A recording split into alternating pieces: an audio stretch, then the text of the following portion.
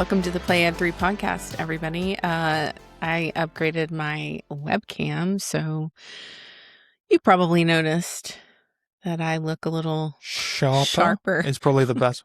Which probably isn't so good because now you're going to see all the chaos that's happening. No, I completely disagree with it. It's far better. It's actually interesting because look, feels more balanced, in my opinion. Because my camera matches your camera and it isn't blurry. No, it's not that. It's because you were using your laptop camera, and now you've got a proper camera, and it's like now we really get not just the audio, the vocal sides of Tish, we get the full-blown expressions and everything when you get on your soapbox. It's like if you're listening on Spotify, well, actually you can watch it on Spotify, but if you're listening on Apple Podcasts or on Amazon Music, go check it out on Spotify or YouTube, because then you get the full definition of everything. Of Tisha I think it's great. I don't know if that's going to be good. I do. I think you have a controversial podcast for us today based on some feedback from our listeners and based on some future episodes that I think are coming our way. Absolutely, yes. So we had a comment from, I'm going to ruin the name because you always correct me on it. Amanda must. No, we're not calling anybody out. You just did, though, so way to go. Yeah. A listener has commented that they want to hear more about identity.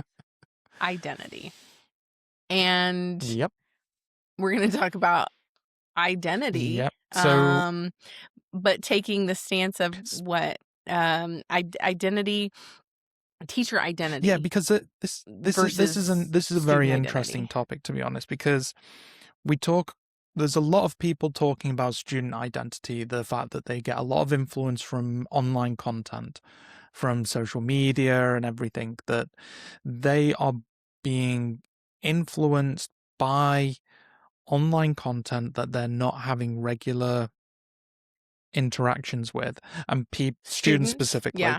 And the people that they actually have around them aren't actually being the biggest influencers. And the problem is students, as they're growing up, they're not actually able to identify who they actually are. And there's a lot of information, a lot of talk around this, but the teacher identity, as you just mentioned, I don't feel like there's as much being talked about with it, because it's always focused on how's the student doing, what's the student up to, where are they performing, where are they underperforming, and all this kind of stuff. But teachers don't have that.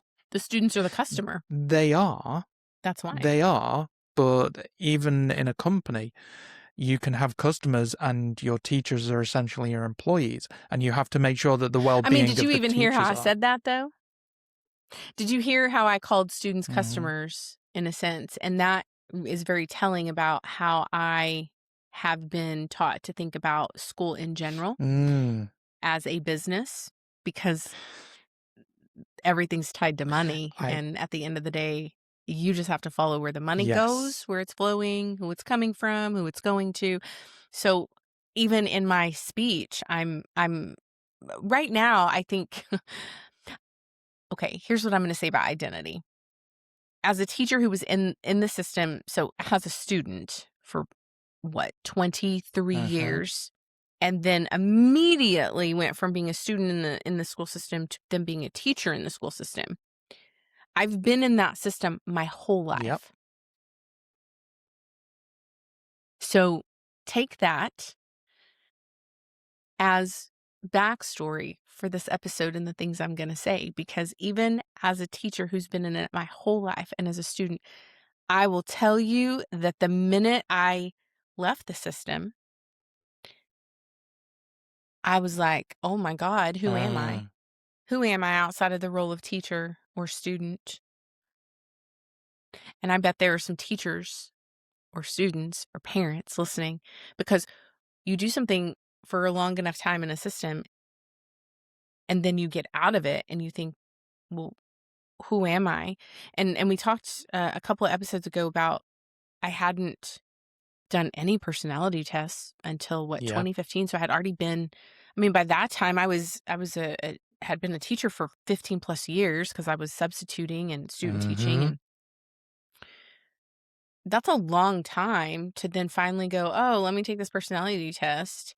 It didn't put me in a box necessarily. I think for me, it opened up my Yeah. eyes to, "Oh, this is why I think this way. This is why I organize this way. This is why I do lessons this way. This is why I show up to class on a Monday after spending all weekend planning out my week of lessons. But on a Monday, this is why I show up and go, oh, tossing all that Yeah. out. We're going to do something completely Mm-hmm. different. Right.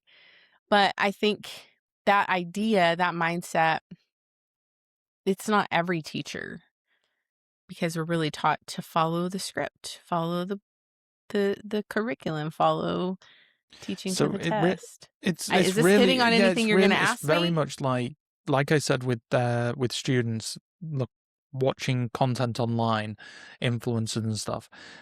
There's a lot of, oh, if you're doing this, you need to do it like this. If you're feeling this way, you need to be like this. If you're wanting to get to this, you have to do it that way. They're telling you, Everybody has so many yeah, strict requirements of it's what you like have to do. they're telling you how to do something without you actually working out what is it that I need to do for myself, because we're all different. We're all got our own identities, Mhm. and certain things that work for some people don't work for everybody. And it's the same for teachers, that we're told, I say we like I'm a teacher, but um they're Well, I told think anybody to, who is in any type of I'm system, meaning, I'm you were referring to you were in a school system, right? I'm referring to teachers as in the school system. You can be a teacher in any sector. Um, Right. what I'm saying with teachers in the school system, because you just said that you're having to stick to a curriculum, you have to stick to a particular standard. We talked about in a previous episode about cursive writing, that it's been replaced in the curriculum standards for keyboard typing, bringing technology in.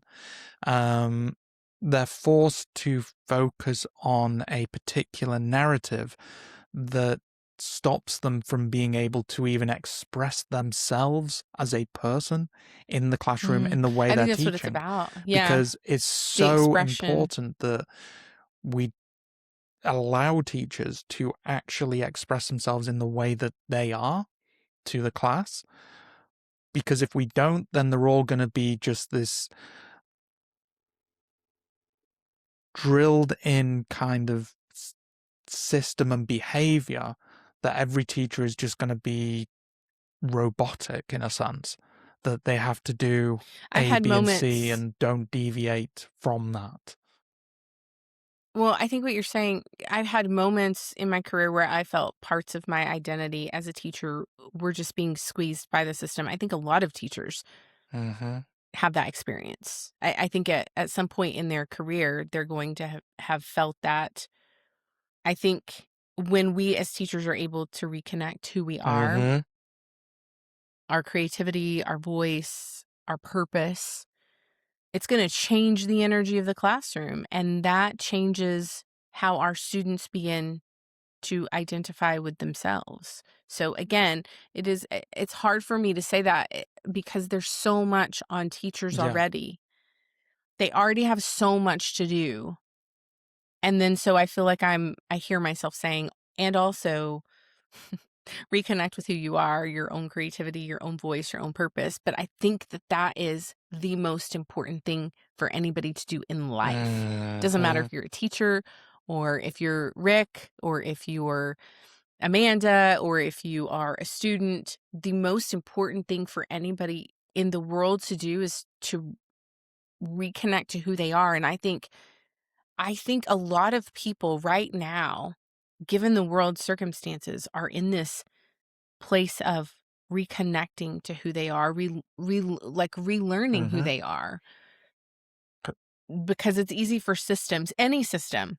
Right now we're talking about the school system, but any system is going to try to squeeze out that creativity. I think that's what systems are designed to Yeah. do. Squeeze out the innovation and the creativity. and the learning and the reflection and the growth and the perspective. And I, I don't know. I I'm just speaking from my I agree experience. with you. So I mean, for you, I mean, you were diagnosed with ADHD only 3 years ago, which has opened a lot of points of reflection, really, for yourself to understand who you yeah. were and why you were doing certain things in a certain way. And I suppose, like, But think about that. I went as a student, I went as a college student, I went as a first career. It took me to get to my second major career to even mhm, realize.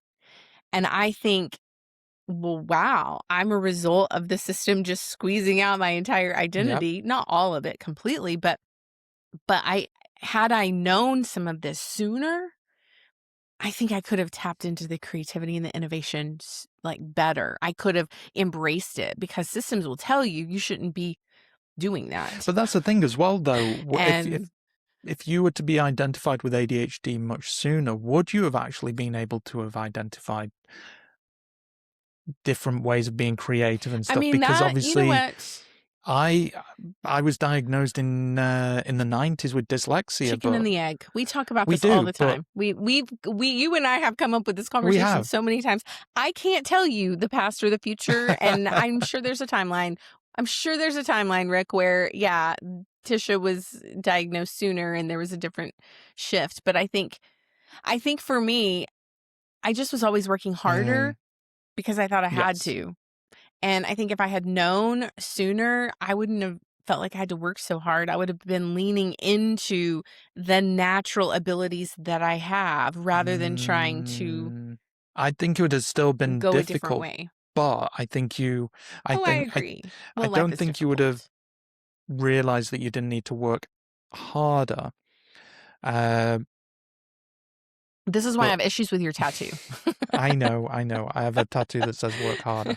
Um, I hate that. I hate that phrase. Work harder is like for neurodivergent. It's just mind blowing to me that you have that tattoo and you're neurodivergent because I'm like, no, we should not be having to work harder. We're already working like 10 times harder in our brains to but just that's get the on the. thing. The meaning of work harder means slightly differently to what other people intend work harder to be. If you take it as face value Okay. of work harder, um, then okay. But for me, work harder is a reminder of the times when I hit what we would call writer's block, because I do design work, because I do Yeah. coding and stuff where you can end up hitting Yeah. But, roadblocks and really struggling. It's about a reminder to push through. You might need to put some extra effort in to push through those. or maybe take an extra break. Yeah, whatever it entails. I mean, if it's requiring you to step away to then go and come back and actually make potentially find what the problem is or the solution that you're trying to achieve. So Yeah. But don't you think though, this is really what I'm getting at. I stopped seeing myself as an innovator at some point along the way because some of that creativity was squeezed out because of the standardization mhm.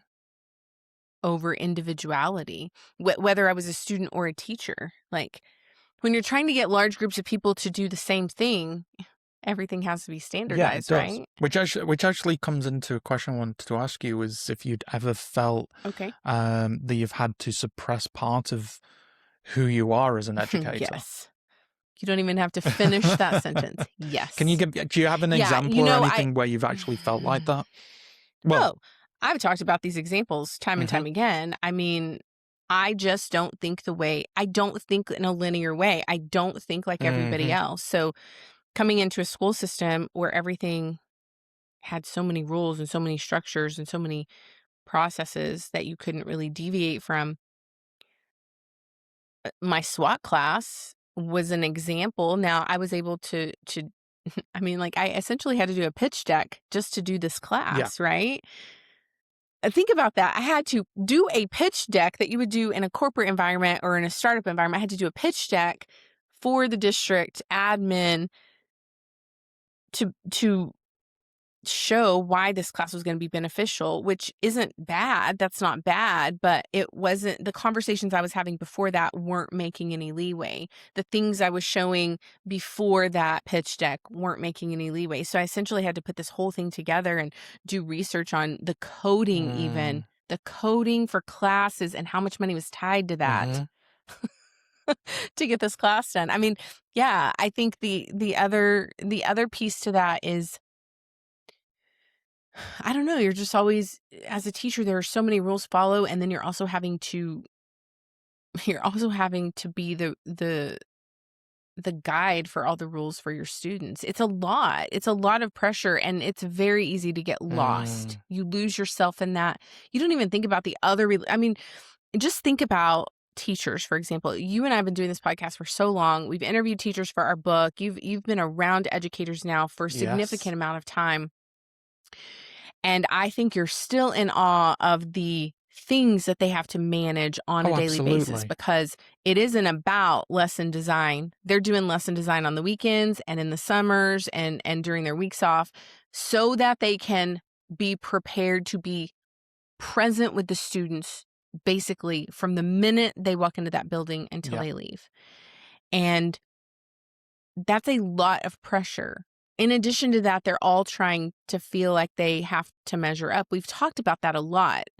You know, the people that I've met with, teachers that I've interviewed, and people who are sitting with me will go, you have all of those certifications and all of those degrees, and you're also managing seeing 100+ students every day.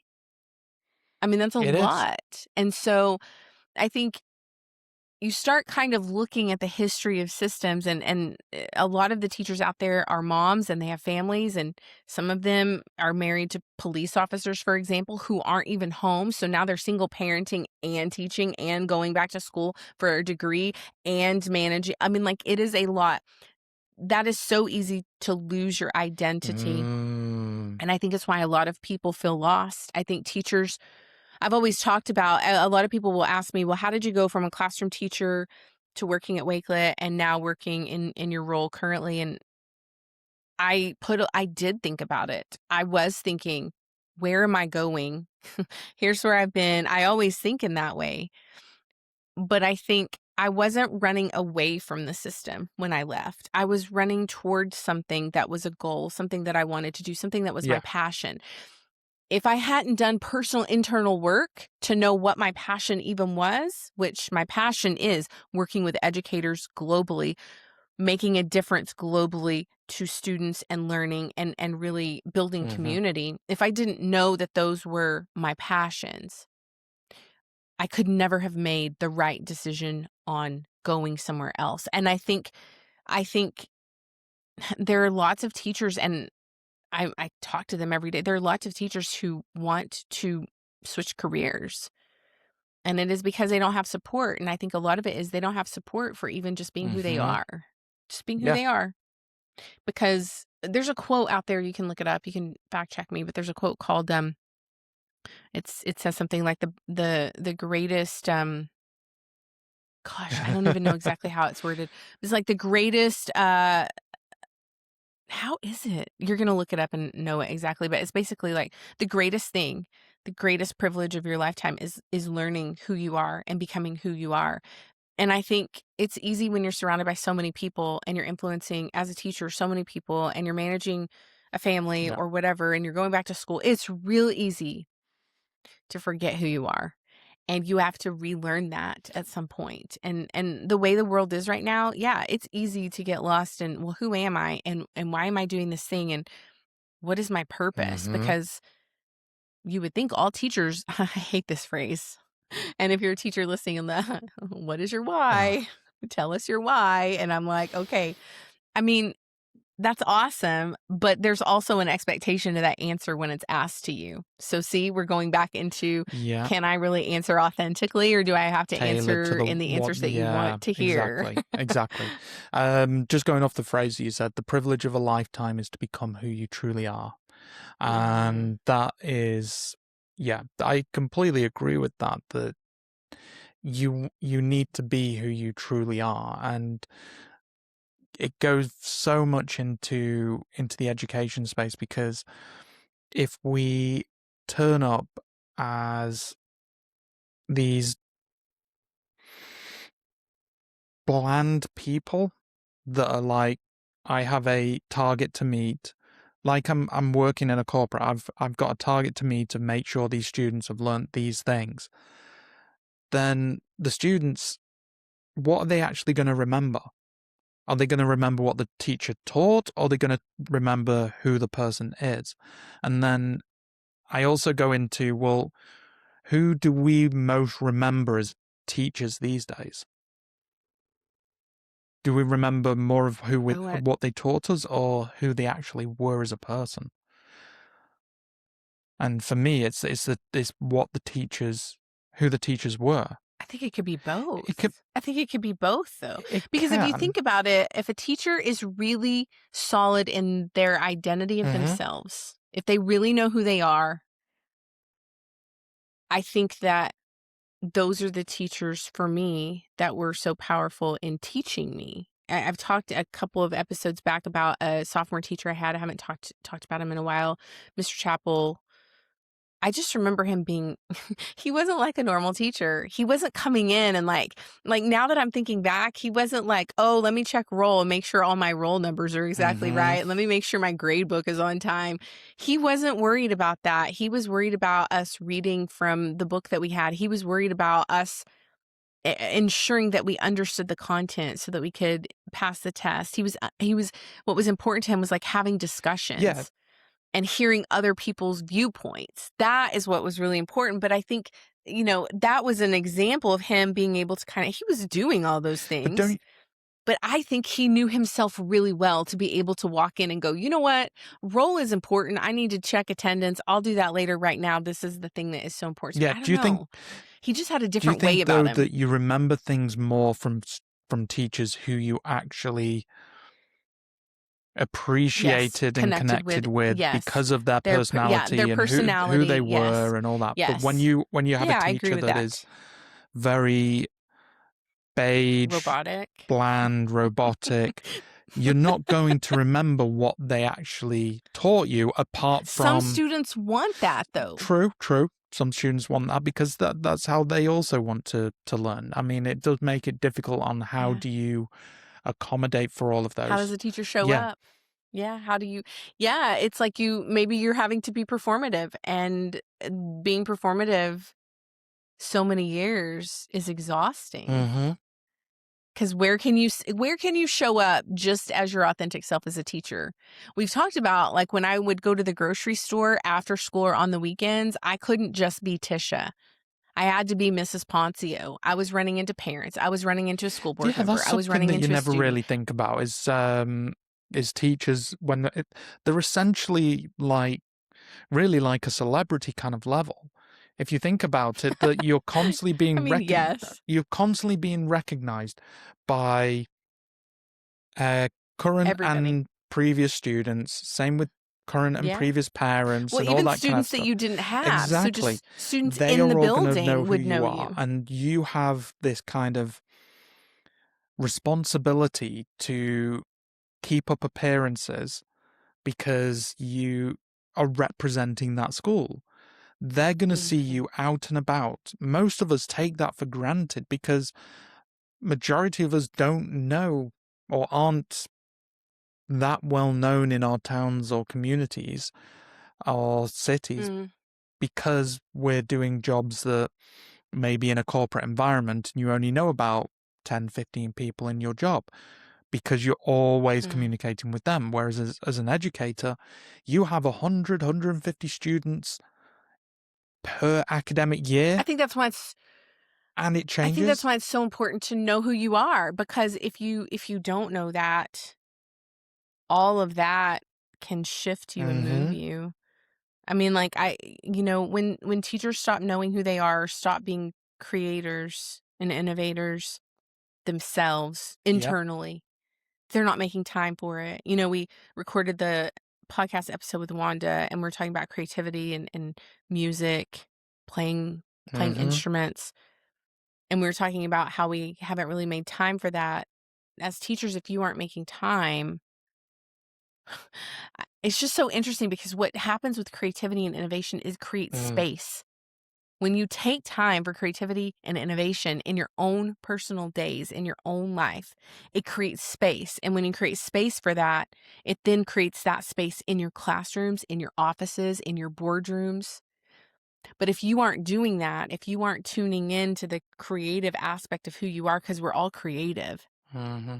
if you're not doing that on a daily basis. I mean, that's one of the reasons we've talked about us doing this podcast. I mean, think about the amount of times when I'll be like, okay, Rick, I don't want to do the podcast anymore. Yep. No. And it's just because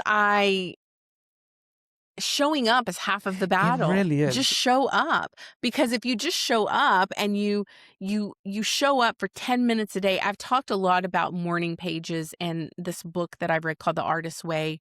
It's on Audible. You can buy the book, but essentially what it's doing is it's taking you week by week to hit creativity. And as you're learning creativity and you're going through creativity in this book and process, like actually intentionally thinking about it, it's making you more open to the creativity. And then when you're more open, your classroom becomes more open. And when your classroom's more open, your students can do more Mm-hmm. creativity. And now you're helping them find their own Exactly. identity. So I think I didn't say this when we were meeting with Wanda last episode, but I believe that the most powerful classes, it's interesting if you ask students, they're going to tell you their favorite. When we did research on this, they're going to tell you their favorite subject is lunch. Well, why lunch? Because they're free flowing. Mm-hmm. They're getting to be social. They're getting to talk. They're not really having to, they don't think they're learning, but Yeah. they are. And then the second answer I believe that you'll find is English language arts teachers. And I want you to think about how those are different. You're reading a book, you're writing, you're maybe doing a speech, you're maybe doing a present. There's so much involved in that class that lends itself to creativity. And then you have your performing arts, your fine arts, your visual arts. You think about your art classes, your theaters, your band, Mm-hmm. your yearbook classes, your digital media class, whatever class you're taking, coding, esports. Think about how those classes, they are structured differently. And the focus of those classes is Yeah, creativity. exactly. You're completely correct. And so your students like those classes because they're able to be creative and critically think and learn. And it's like It the allows whole them package. to have the opportunity to actually understand what it is that they enjoy, which helps Yes. to them And who they are. understand their identity. Think about if you were asked to draw a picture or learn a piece of Mm-hmm. music or to create and design a graphic. As you are doing that, you're learning who you are. Yeah. You're learning how you learn. You're learning what you're not good at. You're accepting that, but you're also learning what you Yeah. are good at.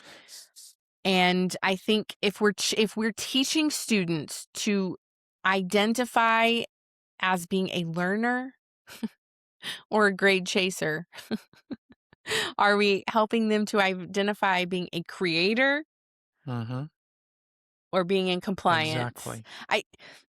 It's so hard for me. I don't know. I don't know, Rick. There's a lot here. I'm sure the people listening are probably either yelling at their podcast app or they're giving their own commentary as we're talking because it's so hard. I mean, think about it. You have a classroom of 30 students and you need to get them on task doing a thing, but they're all talking and they all want to do something different. Like there has to be a But line. here's the thing. What we have to really look at is we're focusing on teacher identity, and for Yes. them, we've expressed from this the biggest But do thing you is see how down even my to conversation is moving to the students? I know, Do you see I know. how even I'm So doing that's it? why I'm pulling you back to the educator. Yeah. That's why when we look at these things and we say you need to be more creative, it's not just about being creative in the classroom. Be creative for yourself. No. And Outside, yeah. that doesn't mean, oh, I'm not really a drawer or a painter, or I don't really build things. Or creativity comes in so many different ways, so many different things, and I would say going for a walk I was thinking the outside. exact same thing. Deciding where you're going to walk, that is creativity, because you're creating the path that you're going to take. As you start to do these things, through creativity, you start to understand what you enjoy, what you're enthusiastic about. Then you can bring that into the classroom. So when you're saying about students, they're talking a lot and they're you've got to deal with so many, The and there's a energy that lot of goes into classroom lot of management, energy it's goes so into it much. and stuff. Before I The teachers are yeah, tired, before I Rick. They're tired by the end of the day. I just need to say yes. that. We're talking about walking, and you were talking about the students, and I'm just now thinking and sort of linking. Think about the energy that it goes into to just manage the class, manage them to get on task enough to learn the material. By the time you leave your classroom, you lock up, you get in your car to go home, and you are in between teacher and now mom, Yeah. caretaker, or whatever you're doing. No, who has the energy to go for a walk? True. Tell me that. True. Yes, I agree with you. Who has the energy to actually go for a walk? I'll tell you now, though, that by deciding to take a walk, being able to give yourself the opportunity for I yourself agree. is far more powerful than anything else. And it will allow you, it's like you're essentially, I'm trying to think what the approach is.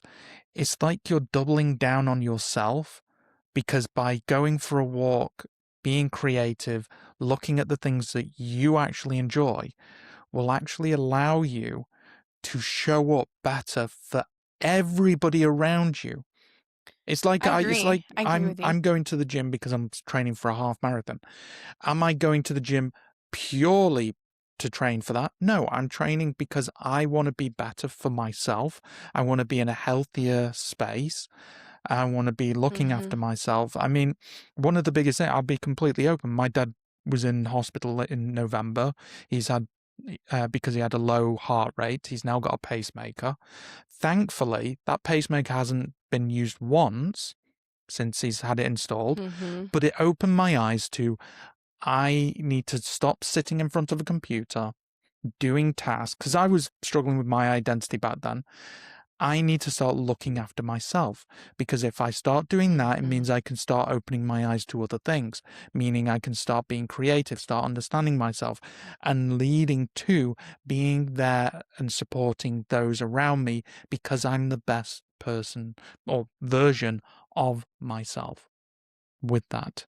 I think that there is a mindset around doing that, especially for teachers, because teachers are so selfless, and they, you've heard on our podcast, they don't know how to say no. I Hmm. still struggle with that.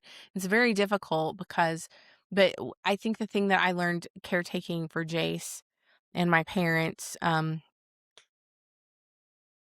if you don't take care of yourself Yep.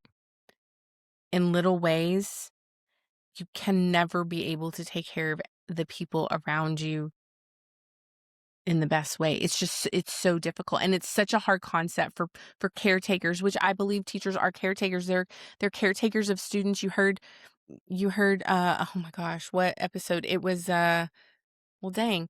We've done We've so done many so many episodes, Rick, episodes. that This is all of our episode guest stories are just 45, I think. I I've lost don't count. know. I let you And keep I've lost track of it. count. It's Um, not I good. I think there are teachers. Oh, I know.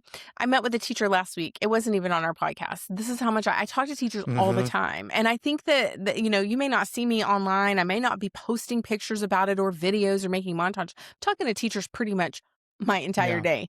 And this one teacher told me that when she was her boyfriend and her would go to the store, they would do grocery shopping or whatever when she was teaching, and she would always buy these Pop-Tarts. So every week, Pop-Tarts went into the cart, and there they were. After months and months, the boyfriend says to the teacher, like, I never see you eating a Hmm. Pop-Tart. You never eat a Pop-Tart. We buy them every Yeah. week.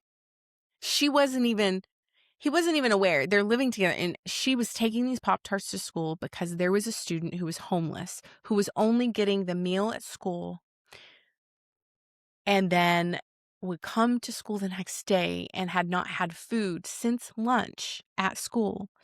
So she was buying this student Pop-Tarts because he loved these Pop-Tarts. Now, I just want you to think about that, because that is where teachers are. They are supporting so many people.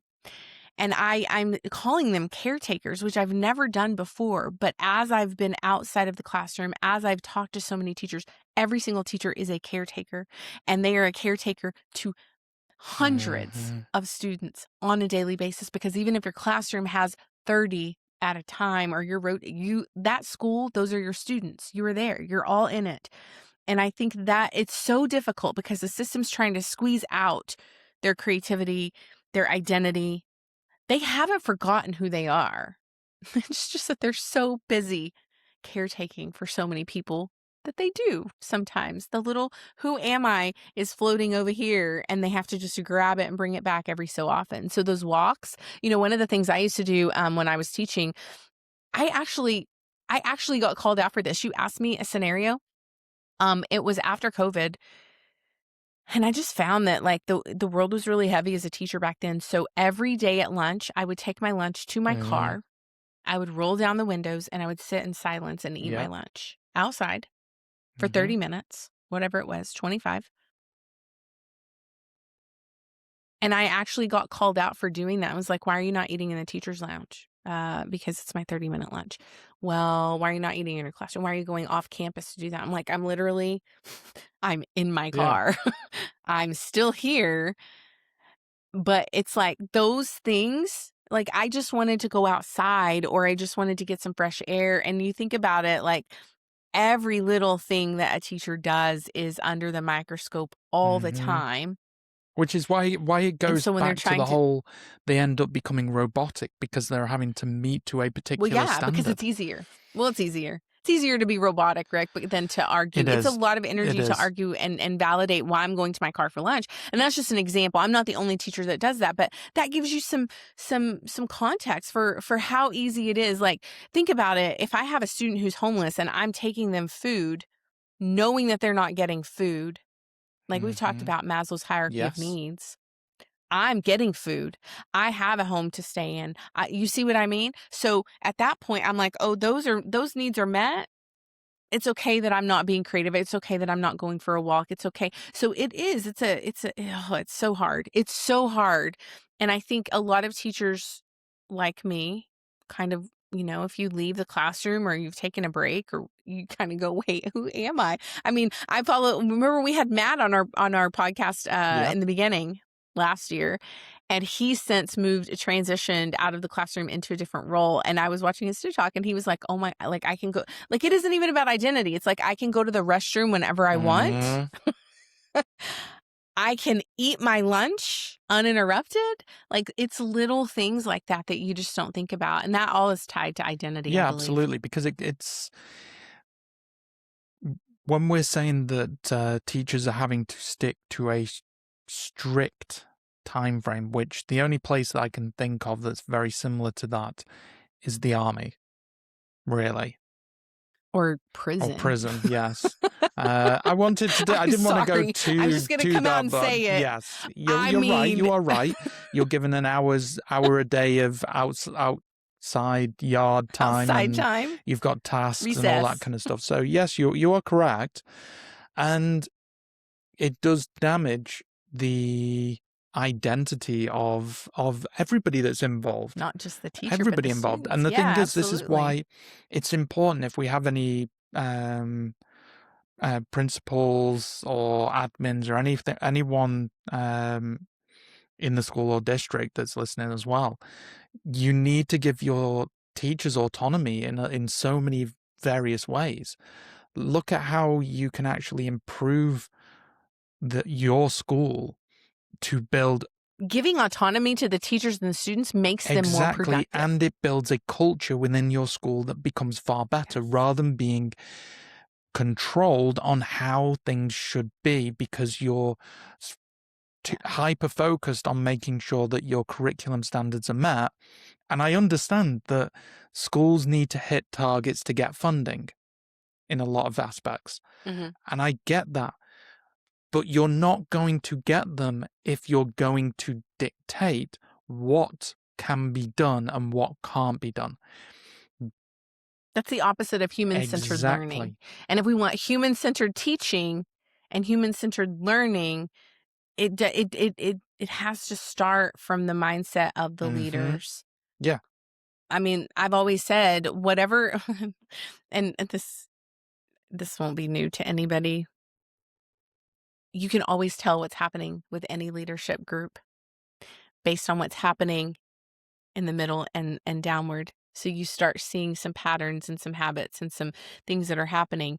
Well, that's reflective of the leadership. It just is. And so I think, are our leaders taking care of themselves? Are our leaders doing for themselves the same thing that we're saying that teachers need? I don't know. I don't know the answer to that.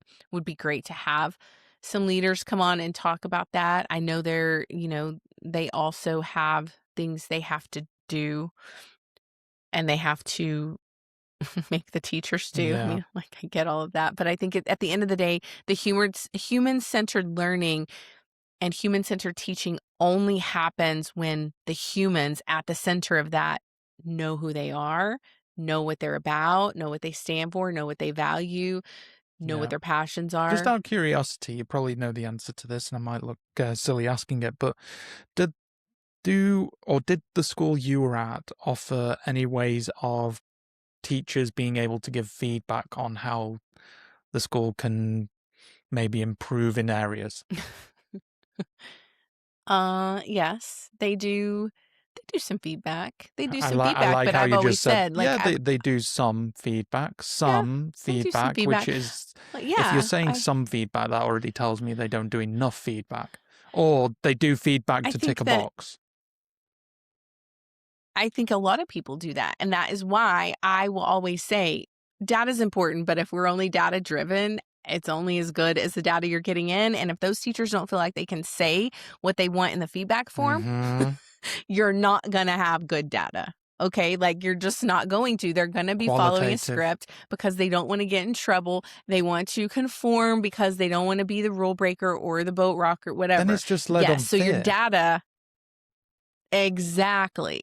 So your data, you can lean on the data. You can present me the data, but I'm not probably going to believe your data. It's completely skewed. I've seen a lot of data that's come into education. I mean, the UK's got a big one right now where they're saying that but they will not need to hire more teachers in 2029 in the UK because because the amount of births in the UK are declining, therefore there won't be as many students going to school. But that is literally looking at a bunch of numbers, and this is a government that's done it. That's just looking at a bunch of numbers and going, we don't need any educators, but they're not also taking into consideration the 40,000 teachers that are leaving the classroom every year. Well, I think those teachers are showing up to the profession with such a strong identity and purpose. I've said this before too. You have such a strong identity and purpose and passion, and you get into that system and you think you're going to change it, and what happens is the system changes you. And I've told you that before. We've had conversations about that. Like I want to go in, I want to do this thing. I think there are lots of people who do that in the leadership positions in the school districts. There's two takeaways from this. One is advocating for any teacher that is listening right now. You need to do you. You need to be you. You need to go and do the things that are best for you. So it's, whatever the circumstance, you have to put yourself at the center of everything. And the other one is schools, admins and the higher ups of a school need to open their eyes and realize that if you want the best from your students, you want the best from your teachers, you need to give them autonomy and you need to listen to them. There are, don't get me wrong, there are some schools that do that, and I'm you get just the gonna best say it's results. easy for you to say that. I Like know it's I'm gonna be the I know teacher. it's This is easier said. because I can hear them listening and going, "Wow, Rick, that's really easy," but innovative, that's that, not Rick. Yeah, sure. realistic. Okay, I'm just gonna go back Yeah, to my day-to-day yeah, because you don't know anything that's going because on. the system is gonna have teachers prioritize efficiency over creativity, compliance over innovation. That's what a system But the does. But thing I is it think we need efficient? to It look at isn't systems efficient. I'm gonna get on my high horse now. If you want to depending say on. Oh, creativity, if you don't get want to on your say high horse. Don't get creativity on is your high horse. efficiency is better than creativity, get your head out your backside, because I you have built a structure that is not scalable, cannot be molded, cannot be shaped, and creativity opens various thought processes, improves critical thinking, improves mindsets, identity, everything. And if any heads of a school or whatever want to kind of go through this idea of, oh, it's hard, it's difficult, be my guest, bring it on, and I'll show you what hard actually is, because anything like this is possible and can be improved, because there are schools that have done it. There are educators that have gone I above was and gonna say beyond. it'll be interesting. And It'd be interesting to see the schools, the organizations that are with the systems that are actually helping teachers thrive. I think the other thing you need to think about when you're talking about teacher identity is that when a teacher enters a profession, their identity is going to change throughout their career. Like my identity was so absolutely. different when I left the classroom versus when I first entered. And I think, how are we helping teachers to develop and deepen their Actually, I'm gonna knowledge of their challenge own you there. identity? When you say that Oh, your good. identity changes as you get older, can Yes. you just Yes. With experience, I think it does for so everybody. your identity changes from experience? Hmm. I am going to The argue that things, your the identity never changes as yourself. The surroundings controls who you end up becoming, so we end up losing ourselves and not knowing who we are, because we are all our own inner child. But when we get older, we start to suppress that inner child because we're worried about being judged. We overthink, we're controlled, we're told how to do things. And only when we start to get older, we have both seen this, we start to realize we get more of our inner child out. We understand who we actually are well, and that's be what I'm better. saying. It's an It's evolution. not an evolution, So, though. so I'm disagreeing with you. I don't think I I'm feel like tired. all right. You are in a disagreeing I mood feel today, and like I'm our like, oh, I'll throw in the white towel I now. feel like our identities are purely within. Our identity evolves, and we learn what we enjoy as we go from a child to an adult. But I believe that a lot of our environments are controlling our identity of who we believe our Well, that's identity only are. because we're Yeah, letting and it. that happens too frequently, which means that we don't actually recognize who we are when we take ourselves out of it. We've both seen that. I saw that. I didn't know who I was because I'd spent so long working at Wakeler. And after I'd come out, I start to recognize more and more who I am. And who I am Because is people actually who I start was as a identifying, child. right? But if you think about it, identity, people are taking on their roles as an identity. So Hmm. if I say I'm a teacher, that becomes my identity. What happens when being a teacher is stripped away from me? Who am I? If you're a parent, parent becomes your identity. What happens when you are maybe not a parent? Your kids leave. What do you do? It's like there is an identity crisis because I think we're seeing our role, our job title, what we do as our identity. And what you're saying, I agree with you. What you're saying is our identity doesn't necessarily change. I think it's maybe more of our values. I think maybe we're more vocal about who we are and what we Hmm. value as we get older and we have experience, which is what I Okay. was saying Okay. as a teacher. Yes, I would agree with you on that. Oh, good. Oh, good. I'm glad I've satisfied your your critique. Wow. Normally, I make you tired. This week's episode, I'm exhausted from this conversation, and I don't even know why. I think it's because I identify and empathize with the teachers so Yes. much because I know. Yeah, I just know. I can empathize. I can't obviously truly know the impacts of being a teacher because I haven't been one, but I can certainly empathize that your environments, when they're so controlling and demand so much from you, that you become the shell Diminish. essentially of who you were. And going through the moment. We're not meant to struggle we are in that not. way, We're not. by the way. None of us are meant to struggle that way. I think the biggest thing for No. me, for any educator, just the smallest step of you wanting to understand who you are again, is what did you enjoy when you were a child? I liked getting chocolate ice cream. Then go get a chocolate ice cream if that's what you like to do as a child. It's a small I step. liked watching E.T. I liked watching Jurassic Park. I love Jurassic Park. It is my good. favorite series. What else? I liked playing. Oh, you know what? I liked reading. I think a lot of teachers do read, actually. Or listen to an audiobook or loved anything like that, which there are ways to accommodate. You know what I like to do? Would you say, what do you like to do as a kid? I don't have it, but I have a coloring book. I'm not afraid to tell people I have a coloring book. Right now I'm in a Care Bears coloring book, and I have all the crayons, all the sets, all the markers. So sometimes I will mindlessly color. And video games, as you know. Yes. I think if I was still teaching in the classroom, video games would probably be the thing, because it lets me check out mentally of everything and just focus on the game, and it's very cozy. Yeah, whatever it is. I mean, some teachers find hobbies and then they end up building businesses from those hobbies. And that was them just being creative. That was them tapping into their identity. Yes. Well, Rick, thanks for the conversation You're very welcome. today. Thank you for getting me on my on my soapbox again, as you like to do. Again. Yeah, again. As you like to do. Again. But no, it was an interesting one. And if anybody has any topics that they would like us to look into and talk about in a future episode, please let us know in the comments on Spotify, YouTube, or wherever you are listening to this podcast. I don't think there's a topic we won't talk about. We'll see. Yeah, within reason. Come on, Tish. Within reason.